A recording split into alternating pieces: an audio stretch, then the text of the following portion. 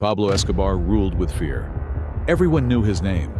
El Chapo Guzmán turned crime into theater. Escapes, cameras, interviews. The world watched, waiting for the next explosion. And then, there was Ismael El Mayo Zambada. He built the same kind of empire, held the entire Sinaloa Cartel in the palm of his hand. For 50 years, he kept the trade alive, planes, trucks, boats, all running like a quiet factory that never shut down. No photos, no headlines, just silence and movement.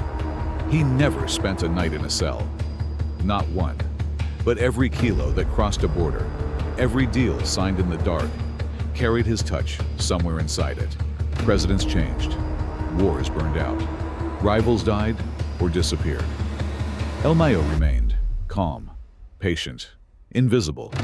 They called him a ghost, the kind that could shape a kingdom without showing his face. Tonight, the Shadow Archives opens his file. From the hills of Sinaloa to the corridors of power that looked the other way, this is the story of a man who proved you can rule the world if you learn how to disappear. He came from dust and dry air, the kind of land where life depends on weather and luck. Ismael Zambada was born in Sinaloa, far from cities and closer to the mountains. His family planted beans, corn, poppies, when times were bad. The kind of work that leaves your hands cracked and your back bent before 30. Crime wasn't ambition there. It was survival. He kept quiet even then, watched people, remembered faces. He didn't talk much, and he didn't drink much either. Those habits would keep him alive later. In his 20s, he started moving product north. Not much at first. Just small runs, enough to learn which soldiers to pay, which roads to avoid, who could be trusted for a favor. He didn't call it business, but he ran it like one. Every error meant someone disappeared. He made sure it was never him. When the big organizations began to rise, men like Miguel Angel Felix Gallardo, Zambada kept close, but stayed out of view. He wasn't chasing fame. He was learning the system piece by piece. Pilots, suppliers, police. He mapped the routes in his head. How to move cocaine from Colombia. How to make it cross Mexico without drawing eyes. Then, Gallardo fell in 1989. Everything fractured overnight. What was once one cartel became several. Others fought for control, drew blood, made noise. El Mayo didn't. He waited.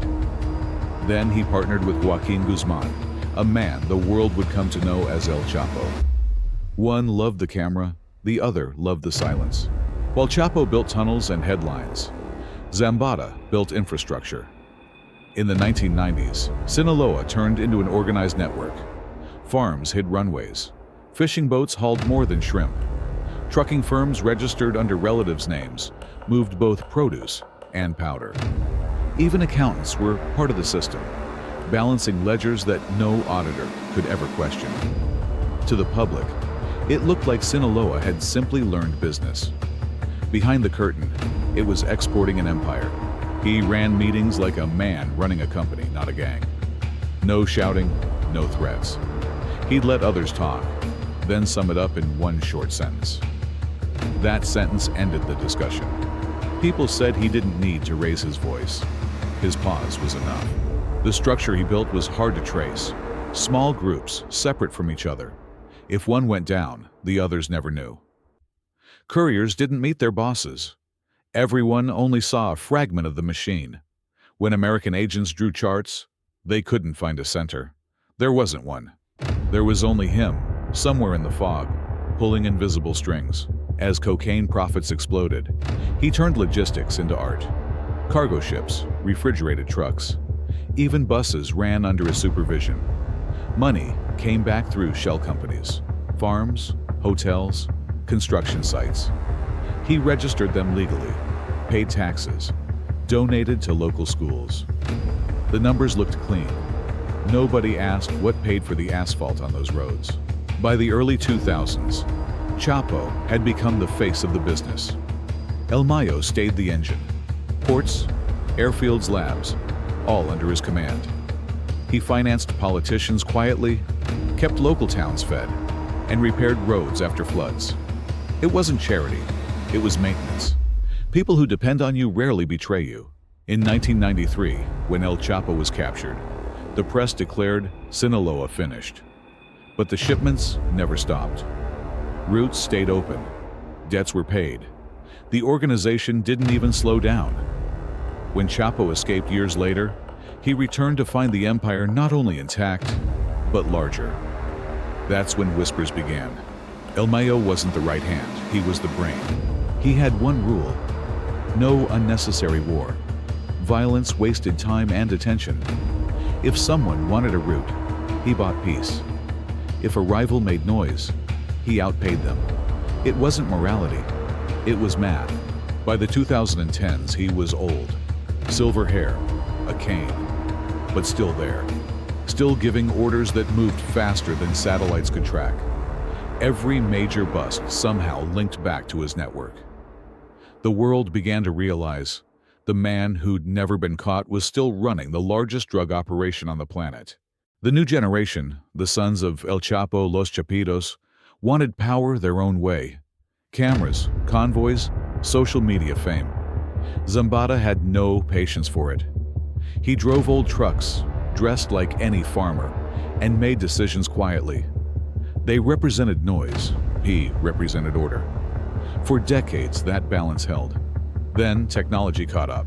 Surveillance, wiretaps, digital trails. The US started tracing fentanyl shipments back to Sinaloa.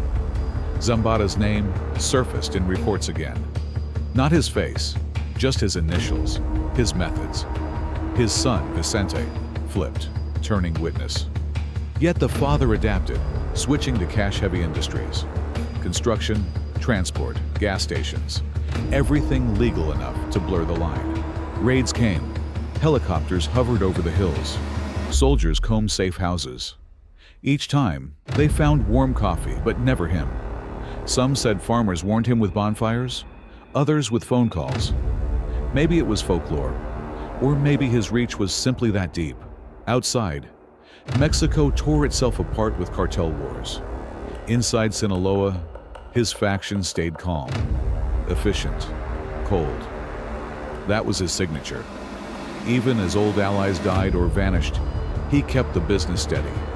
He was 75 and still managing routes, shipments, payoffs. No one else could oversee so much without touching anything directly. That was his genius, to move billions through shadows and leave no fingerprints. Then came 2024, July 25th. A private jet landed quietly in El Paso. Federal agents surrounded it. Inside, they found Joaquin Guzman Lopez and an old man using a false passport. When he removed his hat, the room went silent. The ghost had a face. He didn't resist. No speeches, no chase. Just a nod, as if he knew this was how it would end. A year later, he stood in a U.S. courtroom, older, thinner, but still composed. He pled guilty to leading a continuing criminal enterprise. $15 billion in assets gone in an instant. The judge asked if he wanted to speak. He said only one line: "I worked in the shadows, and that's where I'll stay." His capture didn't kill what he built. The routes stayed open, the culture of silence intact. Younger traffickers still use his blueprint: divide everything, speak little, move clean. Even his rivals admit it. El Mayo changed how the game is played. He outlived Escobar, outsmarted Chapo, and proved that the strongest weapon in the underworld isn't firepower or fame. It's the ability to vanish. Even now, when someone whispers his name in Sinaloa, the sound travels differently. Like the wind, there, gone, then there again. He ruled without a throne. And when power finally caught up to him, it didn't come with bullets. It came with paperwork. On July 25th, 2024, his jet touched down in El Paso, a quiet arrest. No shouting, no blood, just a man who seemed ready. A year later, in an American courtroom, he said a single line: "I worked in the shadows, and that's where I'll stay." That silence felt heavier than any confession. Yet outside those walls, the structure he built still breathes. Roots keep running. The markets remember his rhythm. The men he trained pass on his habits. How to vanish, how to stay small, how to survive. In Sinaloa, people still argue. Some say things were calmer when Don Mayo held the reins. Others say that calm was just fear in a quieter form. Both might be true. He gave order to chaos, but at a price nobody wants to count.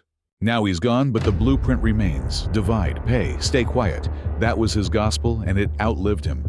This is what the Shadow Archives leaves you with tonight. Was he the hand that kept a brutal world from breaking apart, or the one that built it to last?